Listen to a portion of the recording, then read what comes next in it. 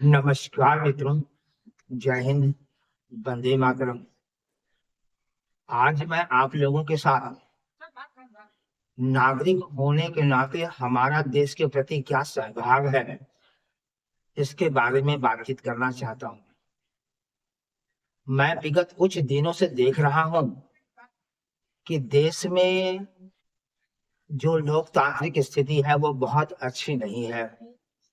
जितने भी पार्टी के लोग हैं, जितने भी नेतागण हैं, वो सारे के सारे अपने पक्ष को बरकरार रखने के लिए और लोकतांत्रिक तरीके से बातचीत कर रहे हैं, और जो देश में नहीं होना चाहिए, जो लोकतंत्र में नहीं होना चाहिए, वह भी कर रहे हैं। इससे हमारा देश एकदम बिखरने लगा है। ऐसे में नागरिकों को उनका सहभाग बताना बहुत जरूरी है कि एक नागरिक को देश के प्रति क्या सहभाग निभाना चाहिए। क्योंकि हम भारत के नागरिक हैं, इसलिए हमारा सबसे पहला सहभाग यह है कि हम पढ़ा लिखा बने, समझदार बने, सोचने समझने की क्षमता रखें, यह समझने का प्रयास करें कि कौन सा नेता क्या बोल रहा है और वह देश के हित में है या नहीं है, समाज के लोगों के लिए अच्छा है या नहीं है। इसकी निरीक्षण करने की शक्ति हमारे पास होनी चाहिए। दूसरा यह होने चाहिए कि किसी भी नेता के द्वारा जो बातें बताई गई है, अगर वह देश के हित में है तो हमें अपनानी चाहिए, और अगर देश के हित में नहीं है तो हमें उसका विरोध करना चाहिए लोकतांत्रिक तरीके से। राष्ट्रीय संपत्ति को अपना संपत्ति समझ करके उसकी रक्षा करनी चाहिए, क्योंकि सार्वजनिक संपत्ति का उपयोग कोई एक आदमी नहीं या सरकार नहीं बल्कि देश के लोग करते हैं। ऐसे में हमारा कर्तव्य बनता है कि इसका उपयोग सारे लोग करें, अतः इसकी सुरक्षा करनी चाहिए ही चाहिए। हमारा देश के प्रति यह भी सहभाग होना चाहिए कि हम जातिगत भेदभाव न करें, हमें सबके साथ मिल करके रहना चाहिए, अपने आप को भारतीय के रूप में जो है पेश करना चाहिए। लोगों को भी यह प्रेरणा देनी चाहिए कि वह भी अपने आप को भारतीय के रूप में पेश करें, तभी जाकर के देश में एकता आएगी, समाज में एकता स्थापित होगी, राष्ट्रीय एकता को बढ़ावा मिलेगा।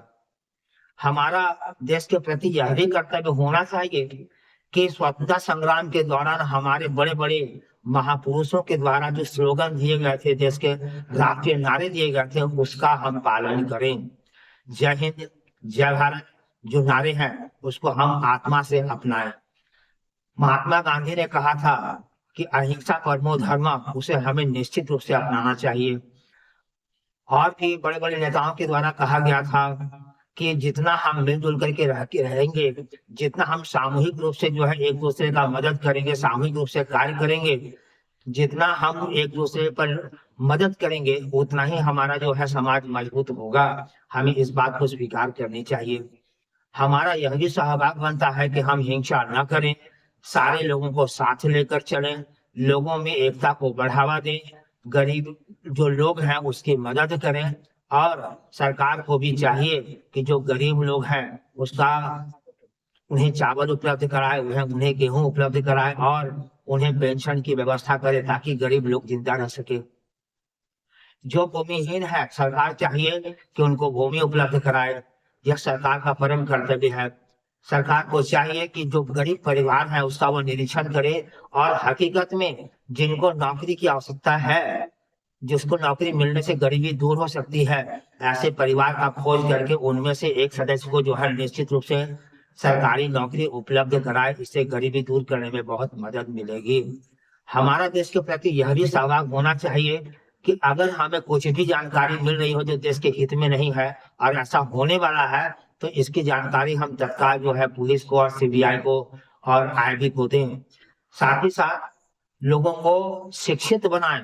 देश में अगर कोई व्यक्ति पढ़ना लिखना नहीं जानते हैं तो उन्हें हम पढ़ना लिखना सिखाएं, क्योंकि एक शिक्षित व्यक्ति, एक पढ़ा लिखा व्यक्ति ही अपने हितों की रक्षा कर सकते हैं और देश के प्रति अपना कर्तव्य निभा सकते हैं। अतः हम नागरिकों को एकदम देशभक्त बनते हुए एकदम अपने कर्तव्य का पालन करना चाहिए। बड़े बड़े अफसर को चाहिए कि वे ईश्वर की कृपा से जो शक्ति प्राप्त किए हैं, जो सत्ता प्राप्त किए हैं, उसका उपयोग जो है वह देश के विकास में करे। अगर देश के विकास की योजना आप बना रहे हैं और आपके हाथ में सारा विकास का पैसा है, तो आपका कर्तव्य बनता है कि आप एक पैसे का भी घोटाला ना करें, सारे पैसे का देश के हित में उपयोग करें। देखिए हमारा देश चीन से भी आगे निकल जाएगा।